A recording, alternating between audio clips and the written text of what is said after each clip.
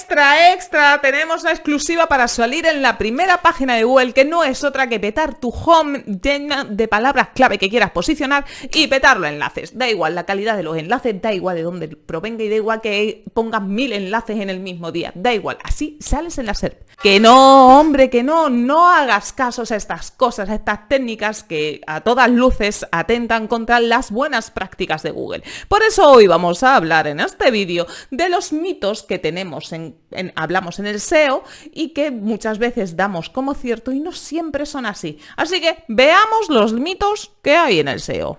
¡Al lío! Hola a todos, soy Lucía Rico de Senras España y hoy vamos a hablar de esos maravillosos mitos que rodean este área tan maravillosa que es el posicionamiento web. Uno de los mitos serán ciertos, otros falsos y otros pensamos que son ciertos y nos lo creemos a pie juntillas sin cuestionarnos nada, a pesar de que si le echamos una pensadita puede que lo mismo no sea tan cierto, tan bueno hacerle caso. El primero de los mitos que vamos a hablar es que el SEO se trabaja de una única vez.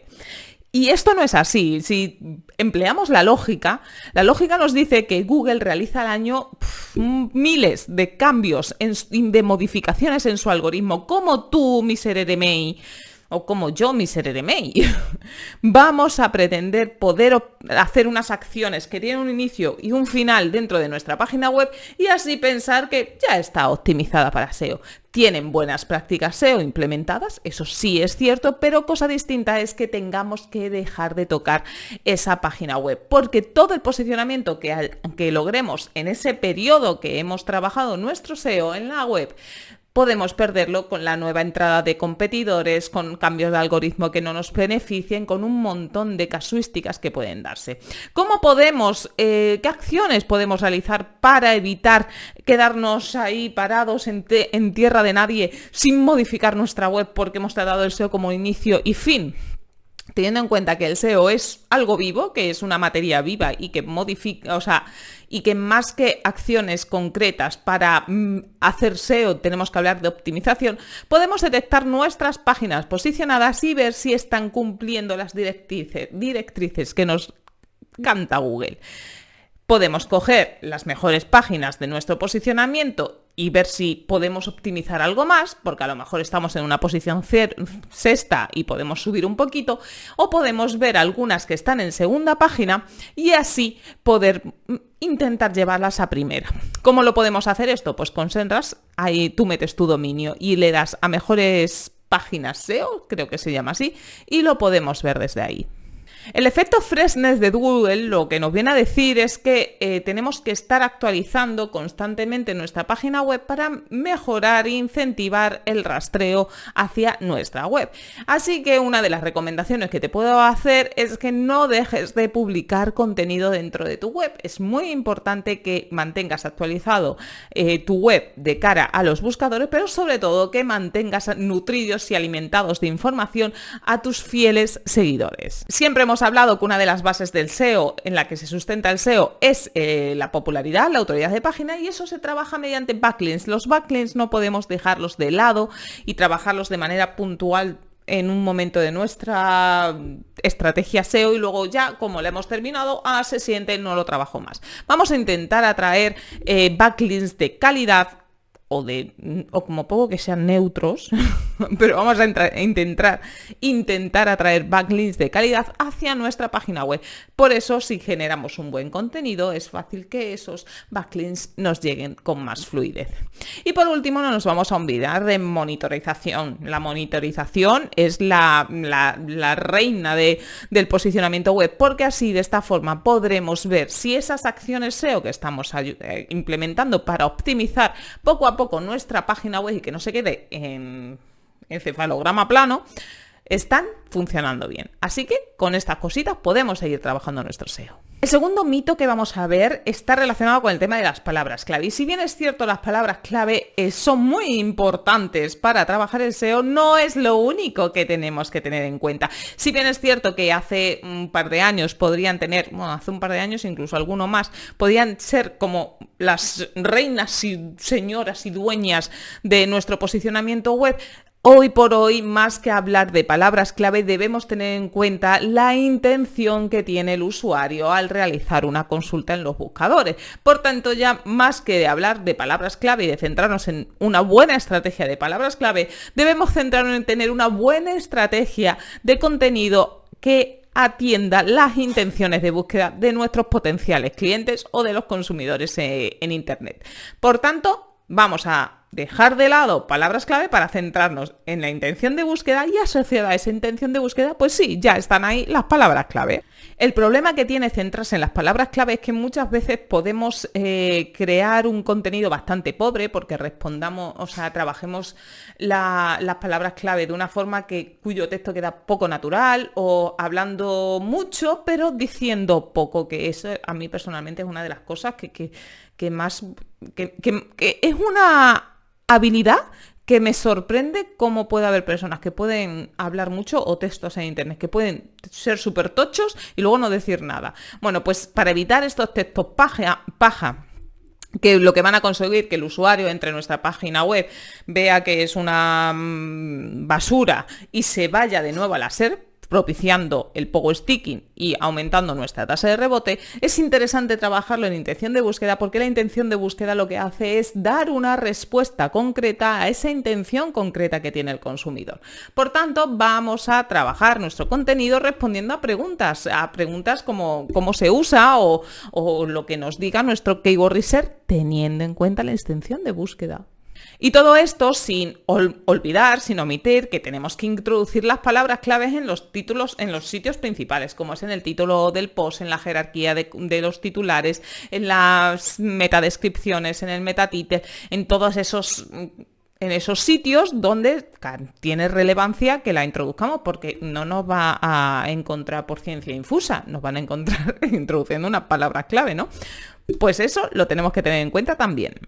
Y tenemos que tener ese contenido bien trabajado, incluyendo esas palabras clave, porque muchas veces los señores de Google dicen que esa metadescripción o ese metatítulo que hemos puesto, pues como que no se ajusta a lo que le interesan los usuarios y como su función en la vida es dar lo mejor al usuario, pues nos reescribe la metadescripción o el metatítulo. Entonces es importante que dentro del contenido tengamos esas palabras clave introducidas, pero sobre todo que respondamos a esa intención del usuario en el contenido, para que así, si nos coge Google en extracto, pues que sigamos posicionando, que es de nuestra palabrita clave y que encima estemos dando respuesta a nuestro maravilloso y potencial cliente. Y vamos a por el tercer y último mito de SEO, que está relacionado con dos cosas muy importantes: el contenido y los backlinks. Ahí es nada. Este mito aborda un tema peliagudo, que es: los web posting, los artículos de invitado, ya no se utilizan. Los web posting o los artículos de invitado es cuando tú escribes en un blog diferente al tuyo, pero de tu sector, con mayor autoridad, un artículo relacionado con la temática que tú trabajas. A cambio, la persona dueña de ese sitio donde tú vas a escribir te pone un enlace. Bien, esta práctica, que es bastante habitual porque ayuda por un lado, al dueño del blog donde vas a publicar a tener contenido sin tener que escribirlo esa persona, y a ti, que lo estás escribiendo, te ofrece reputación, te ofrece relevancia, te estás posicionando en definitiva como alguien de un sector determinado que controla sobre su materia, ¿no? Y entonces, pues al final es un win-win y encima, pues como contraprestación te llevas un enlace. Con el tema de los enlaces de artículo de invitado, que generalmente se conseguía el tan ansiado enlace follow, ya con las nuevas etiquetas, el nuevo etiquetado de los enlaces ya no va a ser del todo así, ya lo tendríamos que etiquetar como una mención, incluso como un contenido generado por el usuario, aunque no sería del todo así, pero bueno, podríamos meterlo ahí, o directamente como o una citación o como un no follow si no quieres pasar nada, que no sería lo ideal. En cualquier caso, no podría ser, o no debería ser, más que podría, no debería ser etiquetado como follow, porque tiene etiquetas que se pueden ajustar más a ese enlace que has conseguido mediante web posting.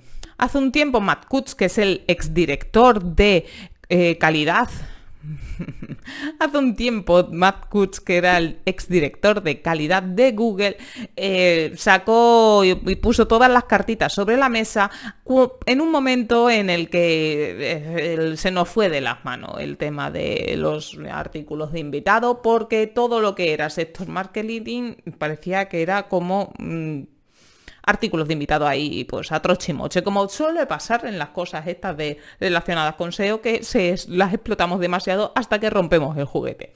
Bueno, pues ahora aquí el amigo Matt Cutts sacó un artículo que se quedó a gustito y lo llamó La caída y decadencia de los artículos de los blogs invitados de Google. Ahí en nada, o sea, el amigo se desquitó y lo que venía a decir es que ya este tipo de prácticas eran absoluto spam. Entonces no tenía sentido trabajar así el tema de los backlinks. Y aunque si bien es cierto que no lleva parte de razón, aunque si bien es cierto que lleva parte de razón, también lo es que aunque suponiendo que no nos beneficie en términos de SEO, hay otros aspectos que son beneficiados por hacer esta práctica, como puede ser, como decíamos, la reputación y por tanto el branding, la marca. Pero como siempre, la potencia sin control no sirve de nada sirve que tú publiques en un blog que tiene una autoridad del copón que te va a ayudar mucho y que publiques algo que no vale 2 pesetas.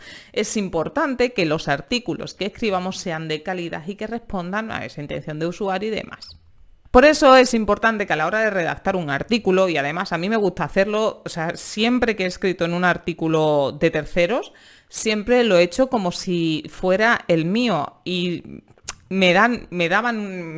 siempre se suelen dar unas directrices de extensión y demás, y si tenía 1000 palabras para escribir, generalmente yo es que soy muy de escribir, siempre me paso de largo. Pero sí que es cierto que yo lo he dado todo porque considero que si me estoy tomando la molestia en escribir, creo que voy a invertir el mismo tiempo en hacerlo mal que en hacerlo bien. Y al final yo también me quedo con la cosita de que las cosas bien hechas bien parecen. Y no solo eso, sino que siempre que he hecho un artículo en blog de terceros y al final me han escrito dándome las gracias por el contenido porque han conseguido o posicionarlo o conseguir duritos por afiliación o etc, etc. Y entonces pues me parece gratificante y es lo mínimo, bajo mi perspectiva, que debemos hacer el trabajar las cosas bien, ¿no?